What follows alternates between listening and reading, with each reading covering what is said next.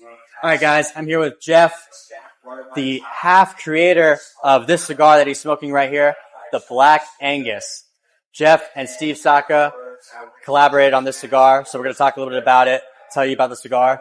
So this is made with FSG Tobacco, which is your very own baby, Florida Sun-Grown Tobacco. Yes. Tell us how the collaboration came to be. All right.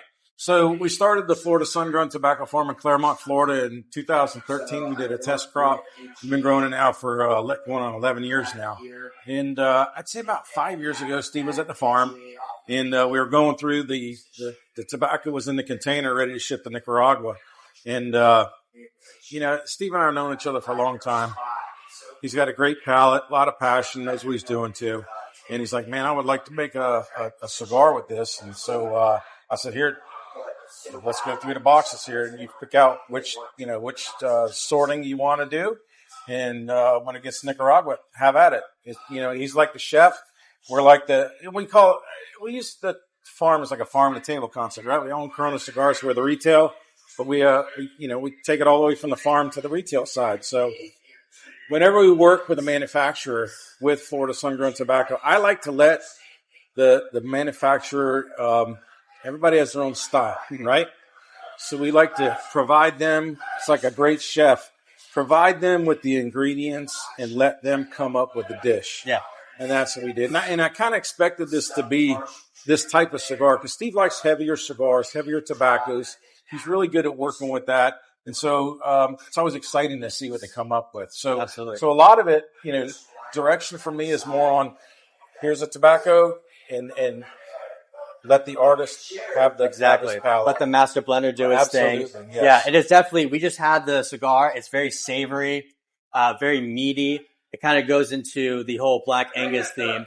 Was that name your idea, or did he kind of come up with it? Steve spent the day with me. Not only at the farm, we went out to the ranch, and it was wintertime. So I am actually a hands-on guy. So whether it's at the farm or the ranch, I do a lot of the different tasks that are there. So we had to feed a bunch of cows and stuff and put a bunch of hay out.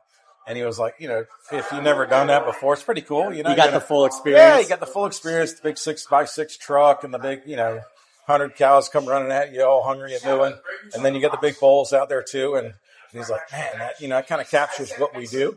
So that's how we come up with the Black Angus. That's the breed that we raise, our Black Angus. Very nice. So yeah, it fits the whole thing. And the beef side of our business is under the Florida Sun-Grown department. The umbrella, yeah. So that's how we came up with it. And it's cool, man. Now Steve came up with the packaging. Okay. He's really, really good with that. So, the cigar is pretty much like his baby. Like he really took his time to put everything together, and he provided the tobacco, the FSG tobacco. Yeah, there was a lot of back and forth between us on the logo and the design and all that kind of stuff. But Steve basically was the one that did the majority of the project because I wanted it to look. If you look at it, it looks like one of his things. I try not to be. If you have an artist or someone that's really good at what they do, let their talent shine through. That's what we like to do. Absolutely. And it turned out really great. Yeah. I really enjoyed the cigar. And it's a limited run. What, 100 boxes? No. There's more than that. There's 100 pounds of tobacco. Okay. It was 100 pounds of tobacco that we were able to pull out for Steve. So I don't know exactly how many cigars that is. I think the total run is probably, somewhere around 800 boxes of what it'll do. Because they're 10-count boxes. Yeah. Still very limited. Yeah, very limited. And the problem is, too, once you made the cigars, and I don't have any more tobacco for them right now, the farm is a small farm, so we don't grow a ton of tobacco. And all of the brands that we use it in are quite popular. So, it's a good problem to have. We don't have extra tobacco to work with right now, but at some point, we're going to get them, and we'll do it again. It's just a matter of Well, you answered a few of my next questions in one answer, so I appreciate that. But yeah, it's a great cigar. If you guys have the chance to check out the Black Angus by Steve Saka and Jeff, absolutely great cigar. Definitely check it out. Thank you for your time. All right, Jeff. enjoy it, all right? Yeah, absolutely. Thank you. All right, guys, I'm here with Steve Saka, the other half of the creator of the Black Angus cigar that we just talked about with Jeff. So, how did this collaboration come to birth? What kind of started it? Probably just frustration with my dislike of all the Florida Sun-Grown cigars. Look, But cigars are very personal, right? There are things that we all individually like and dislike. For me, the tobacco, it just never struck my palate well. It has this very unique kind of almost a grit to it. And also it has this really, really heavy twang. Not bitter, not quite sour, but a little more on that end of the spectrum. So it has a very distinct flavor, which is a good component when you think about it, because it makes it a unique and interesting ingredient. So for the people that really love Florida Sun-Grown, they really love the cigars that are made with Florida Sun-Grown. But they never really suited my personal palate. So over the years, Jeff would constantly like, oh, try this one, try this one, try this one. And my answer would always be, it's a really good cigar, Jeff, just not good for me.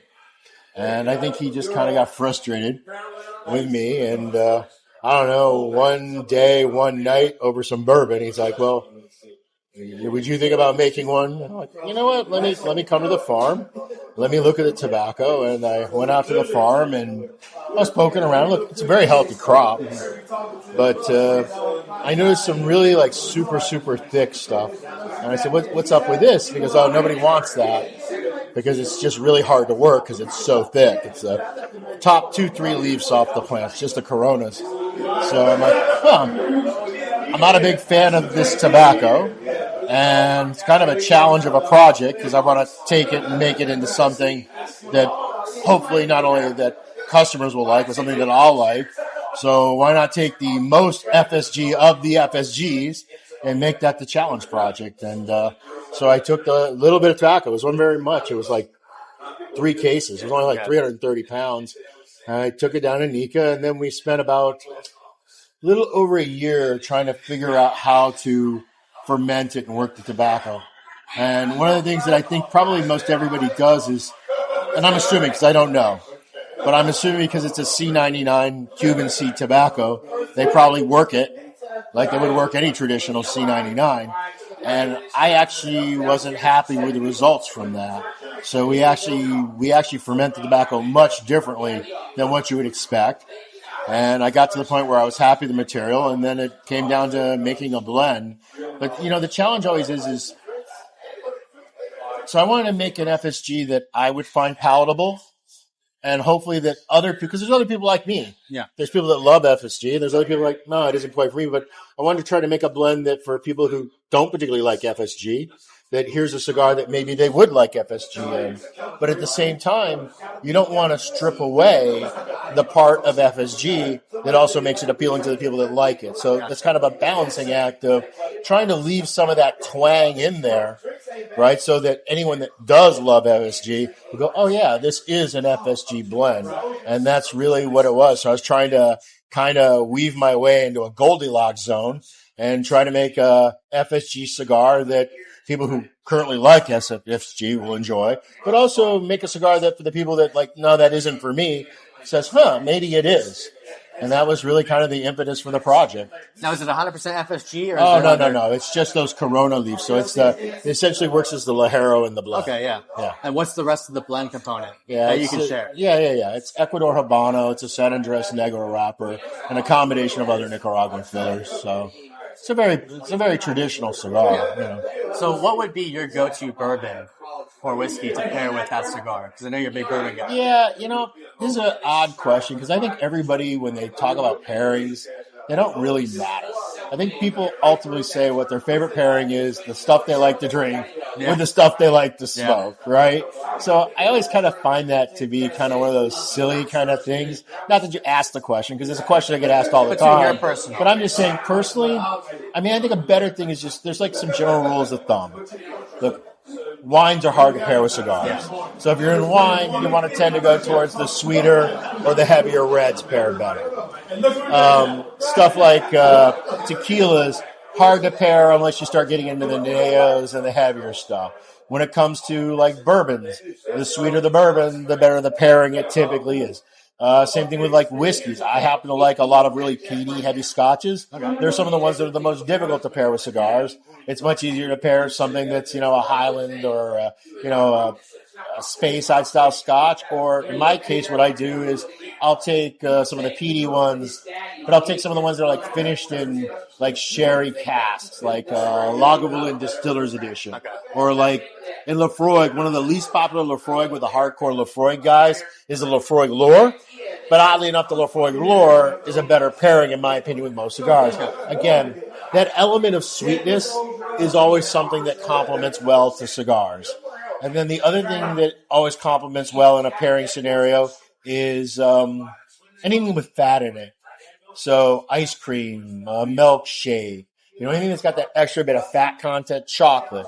Like if you have a box of cigars, you don't really like it very much, you bought it, just eat a couple pieces of chocolate while you're smoking it. It'll just make that cigar taste better. In fact, if you ever go to a cigar event and they're serving little squares of chocolate, do not buy whatever they're selling you, because you're not getting a fair representation of what that cigar tastes like, because the chocolate kind of leads you a little bit astray. Yeah. So the chocolate too is usually like, for me, I use it as kind of like a palate cleanser afterwards. That with a little bit of coffee, just to help get over that into the next cigar. yeah, I mean, look, I like coffee, but I just like coffee.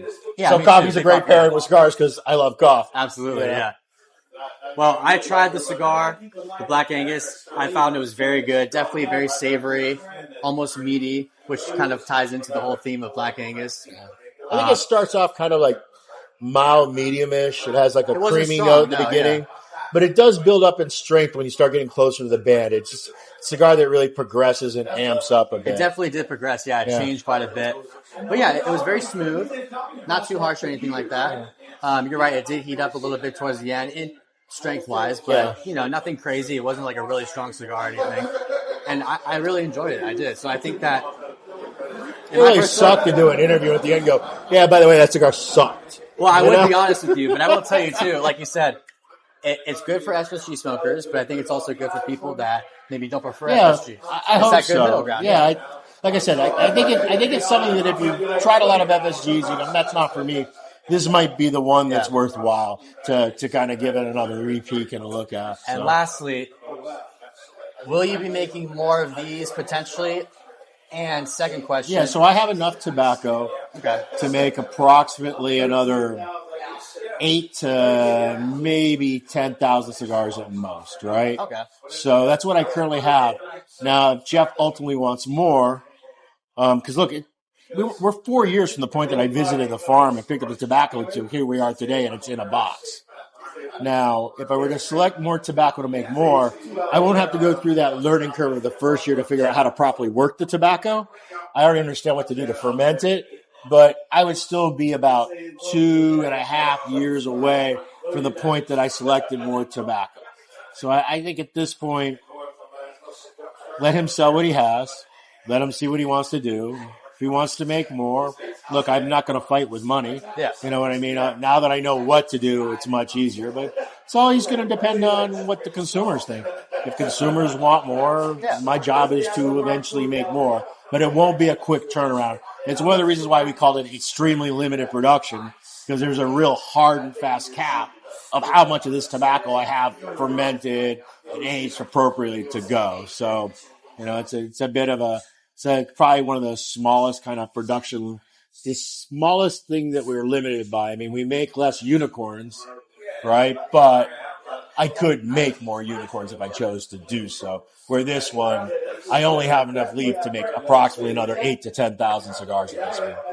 This might be a little bit early to tell, and it's probably very further down the road. Do you think you'll change the Vitola at all in the future, maybe? Oh, hell wait and see what happens? There'll never be enough of this tobacco because you got to look at it from the perspective of, if I took all of the Corona off that 1 year's crop, if he's growing the same or less tobacco, there'll never be more than 300 rough pounds per year. So you would never be able to produce more than approximately 14,000 cigars. So the idea of expanding it into other Vitolas, now if he said, okay, I want you to use those 300 pounds and change the Vitola, well, that I could do. But there's not enough tobacco to start saying, oh, we're going to make a Toro, we're going to make a double Corona, we're going to make there's just not enough leaf there to bother.